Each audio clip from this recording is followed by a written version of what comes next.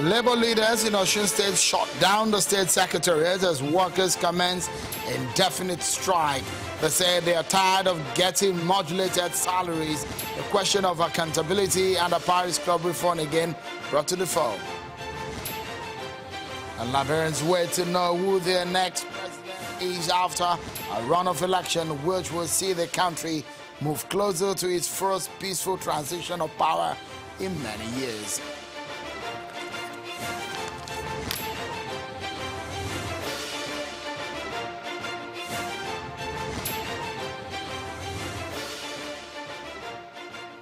And thanks for joining in, everyone. This is Politics Today live on Channels Television. I'm Sean Kimbaloye in Lagos. Compliment of the season to you all. Let's get straight to it tonight. The son of President Muhammadu Buhari, Yusuf Buhari, was involved in a bike accident on Tuesday night in the Federal Capital Territory, Abuja. Yusuf Buhari broke a limb and had an injury to the head as a result of that accident. A statement from the presidency says that he has undergone surgery at the clinic in Abuja and is in a stable condition. Our thoughts and prayers are with the president as we wish his son a quick recovery. And now to another story away from our shores, but not too far from here. Liberian election officials have been tallying votes from Tuesday's presidential runoff election as Liberians await the results that should usher in the country's first democratic transfer of power in over 7 decades. The journey here has been quite rough for the country, to civil wars and battered economy. So this is a major recovery plan for Liberians. George Weah and Joseph Boakai are vying to succeed outgoing President Ellen Johnson Sirleaf, whose 12-year rule cemented peace in the West African country. In 2005, Ellen Sirleaf became the first woman to be elected to lead the country. Well, now let's get some perspectives and updates on what is happening there in Liberia. Joining us from Monrovia, the capital of Liberia, is Samson Itodo, an election observer from Nigeria for the election there in Liberia. Thank you so much, Mr. Itodo, for joining us on Politics Today tonight. What is the latest? The last time we spoke was last night, yesterday. You told us that counting and perhaps we may not be seeing the result of the election until about 48 hours after the election. So now it's almost 2 days after the election. What exactly is happening? Well, thank you very much, Cheryl. As at yesterday, the Electoral Commission hosted a press conference just to debrief on what are the plans for the tallying of the results and what's their assessment based on the conduct of the elections. And from the Electoral Commission, it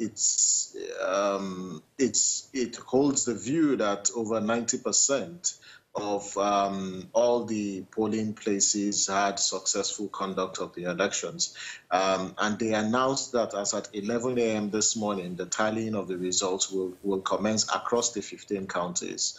I can confirm to you that the tallying of the results commenced this morning across the counties. I was in the Montserrado County to observe the tallying of the results. But the Electoral Commission has not come out plain to say when exactly they will start announcing the results, because the procedure is from the National Tallying Center. The results will be sent to the headquarters, and then they will start announcing the results. But we get a sense that the Electoral Commission is being careful, and I would say exceptionally careful, not to release provisional results in view of the several Supreme Court judgments that have been delivered in the build-up to this rerun, to this runoff, as well as the need to ensure that the results are very, very accurate. But Liberians are expectant on the results, and we hope that the Electoral Commission will announce the provisional results as they receive them from the counties. It's interesting, some of the news coming from across the world on the Liberian election, and perhaps some congratulations already flying around left, right, and center, especially for the former footballer who played for Chelsea and Manchester City, George Oponwe. The question will be, what are you hearing? Looks so much that the man is thinking that he's perhaps won this election. Is there any inclination as to the closure to this election? He may not be far from the truth, but we must underscore the fact that it is the Electoral Commission that has the statutory responsibility to declare official results. However, one of the directives that the Supreme Court gave to the political parties, that there is need for the political parties to ensure oversight of the process in assembling evidence if they want to come to the court for any form of relief whatsoever in the whole elections. And what we have seen the two parties done is they each have a situation room. For the CDC, they call it a war room, where across all the 15 counties and all the polling units, they have their poll watchers who send them results to their war room. I can tell you for a fact that for the CDC, they have, I think, processed about 56% of the results. Same also for the UP. And so if you see the candidates already congratulating or already making statements that he's won the election, I'm sure he knows what he's saying. However, we would need to wait for the Electoral Commission that has the statutory responsibility to declare the results. As at this moment, the Electoral Commission has not announced any results from the counties. So we just have to be patient and wait for the EMB that has the responsibility to collate as well as announce the result and declare a winner of these elections. But so far, no declaration has been made from the Electoral Commission. We expect that in a couple of hours, the Electoral Commission will address a press conference. And so we are all waiting for that particular time for the press conference.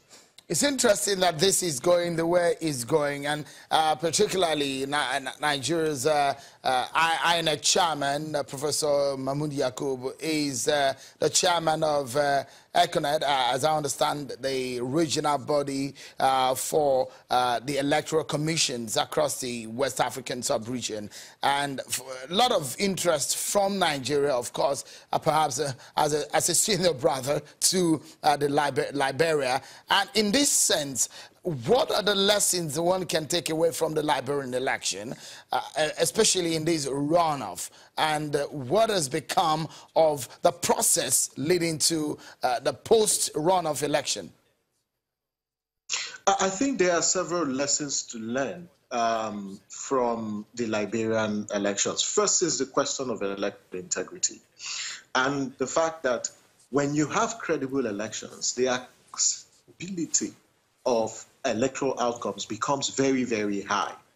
And the voters register remains the building block. One of the key lessons we must learn from Liberia is the fact that we have this election today, or on the 26th, because there were questions on the final registration roll.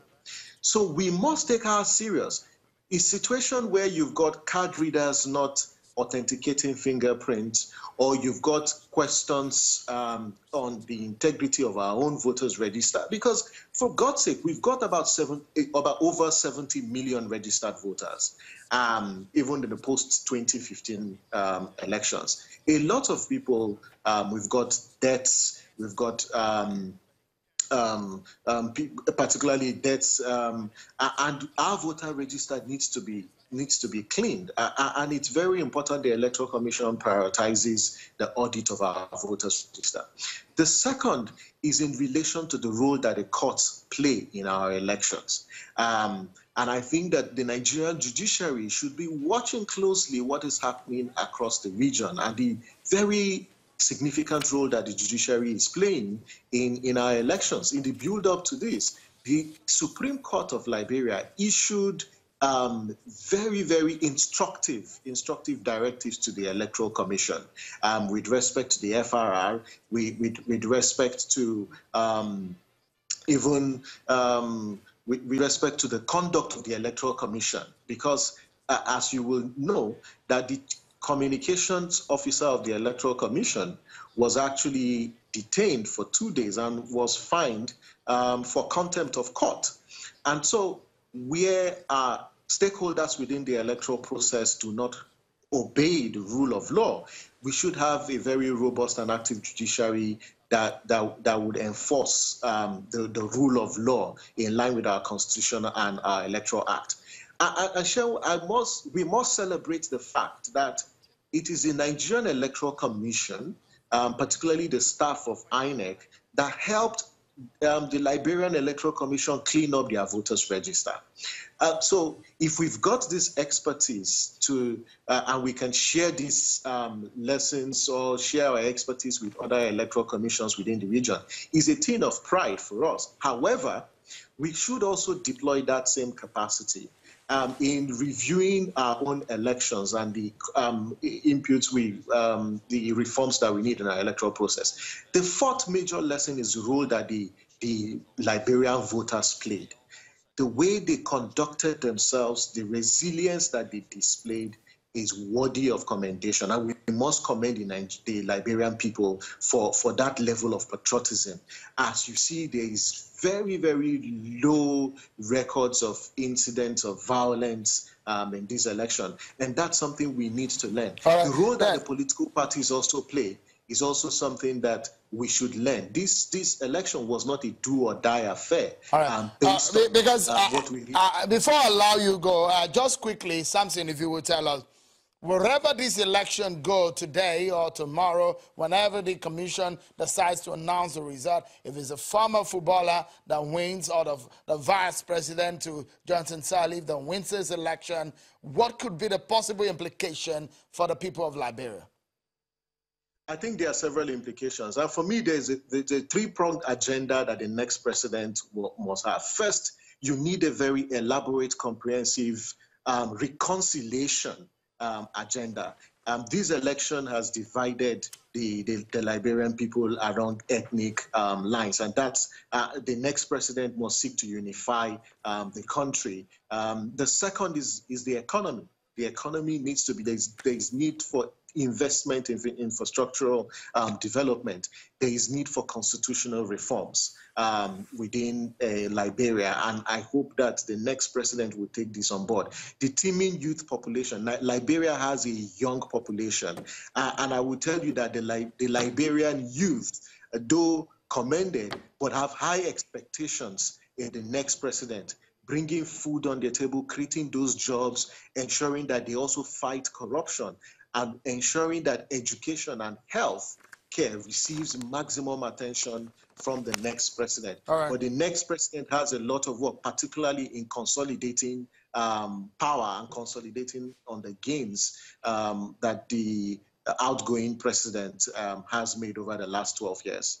Samson Itodo is the ED of Yaga, election observer to Liberia presently.